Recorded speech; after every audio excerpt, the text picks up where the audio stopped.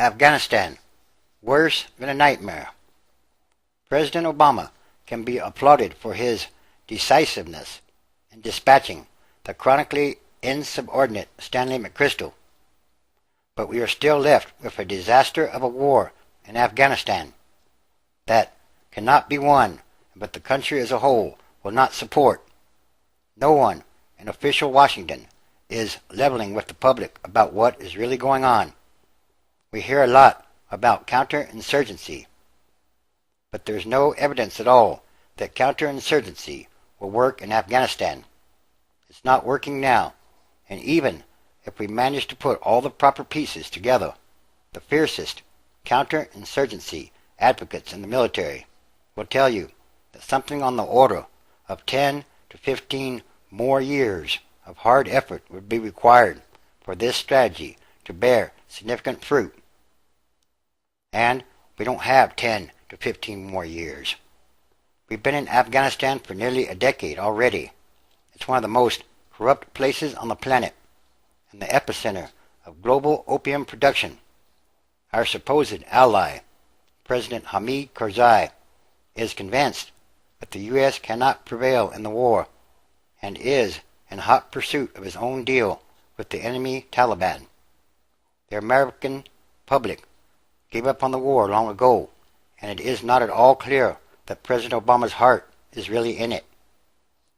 So, for us to even consider several more years of fighting and dying in Afghanistan, at a cost of heaven knows how many more billions and billions of American taxpayer dollars, is demented.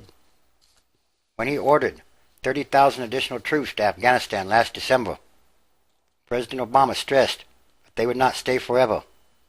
After 18 months, he said, our troops will begin to come home.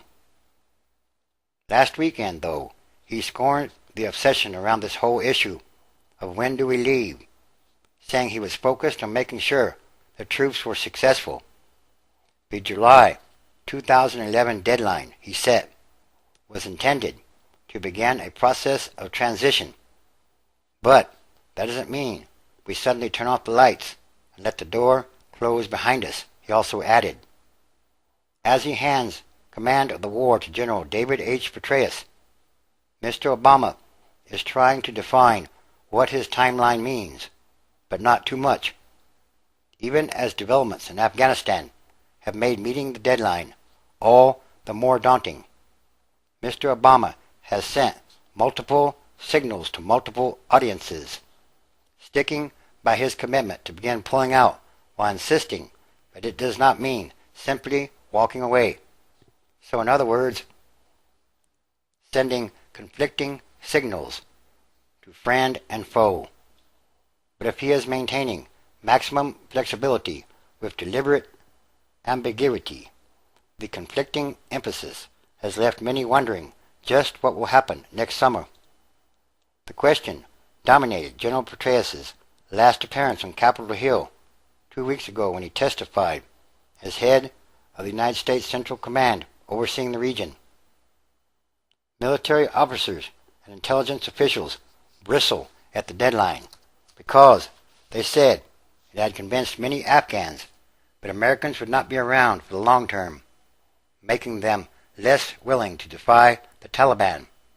The President's Democratic allies in Congress, on the other hand, are pressing him to make sure that July 2011 begins a serious drawdown, as Representative Nancy Pelosi, the House Speaker, put it. The issue has taken prominence not just because of Mr. Obama's appointment of General Petraeus to replace General Stanley A. McChrystal, but because House leaders want to pass a war spending measure before leaving town for the 4th of July break. Some liberal lawmakers hope to use the bill to force conditions for scaling back the American military commitment. The White House said on Monday that the July 2011 deadline was intentionally flexible but had had some desired effect. We want the Afghans to understand that we're going to be expecting more out of them. So, to the extent that it conveys a sense of urgency.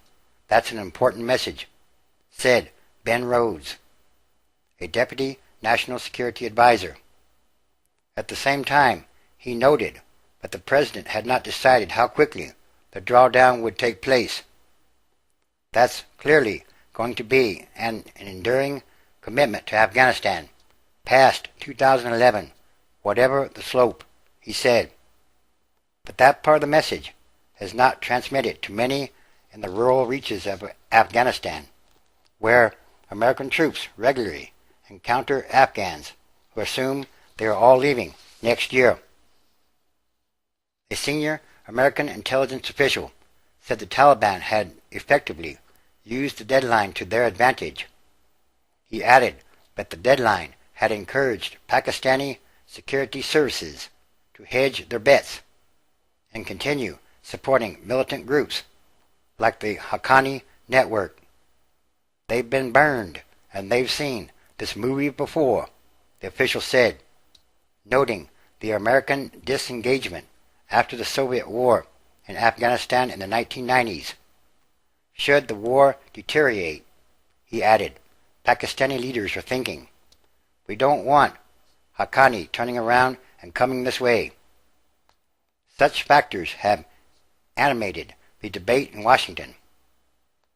Senator John McCain, Republican of Arizona, said President Hamid Karzai of Afghanistan was defying Washington because of the deadline. A lot of the behavior that Karzai is displaying, a lot of the things that are going on right now, are supposedly a direct result of the president's commitment to beginning withdrawal.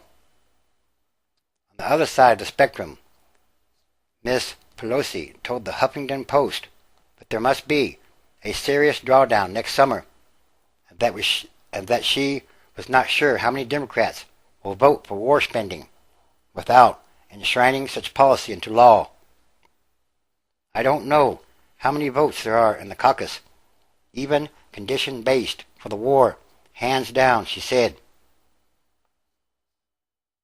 The last time General Petraeus testified in Capitol Hill, he told the House Armed Services Committee that he would not make too much out of that deadline because the president had not decided the pace of a withdrawal.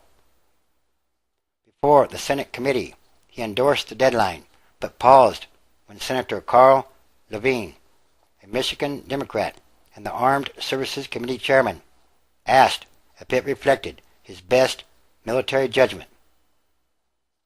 In a perfect world, Mr. Chairman, we have to be very careful with deadlines, General Petraeus said, adding that we are assuming conditions will permit it. When Mr. Levine asked if that was a qualified yes, General Petraeus agreed. And these are more signs. The difference between this and a nightmare is that when you wake up from a nightmare, it's over. But this is all too tragically real, the Afghanistan war. How much longer will it go on? At what great cost and lives and money? What exactly is there to win? And how will they know when they have won it? These are more signs of the end times, transition days. Revelation chapter 16, verse 15. Behold, I come as a thief. Blessed is he that watches and keeps his garments, lest he walk naked, and they see his shame. 16. And he gathered them together into a place called, in the Hebrew tongue, Armageddon. 17. And the seventh angel poured out his vial into the air, and there came a great voice out of the temple of heaven from the throne, saying, It is done. And yes, all these are more signs. They are a physical manifestation of revelation, just like the Gulf of Mexico oil spill. And there are many different signs happening in all kinds of ways, daily.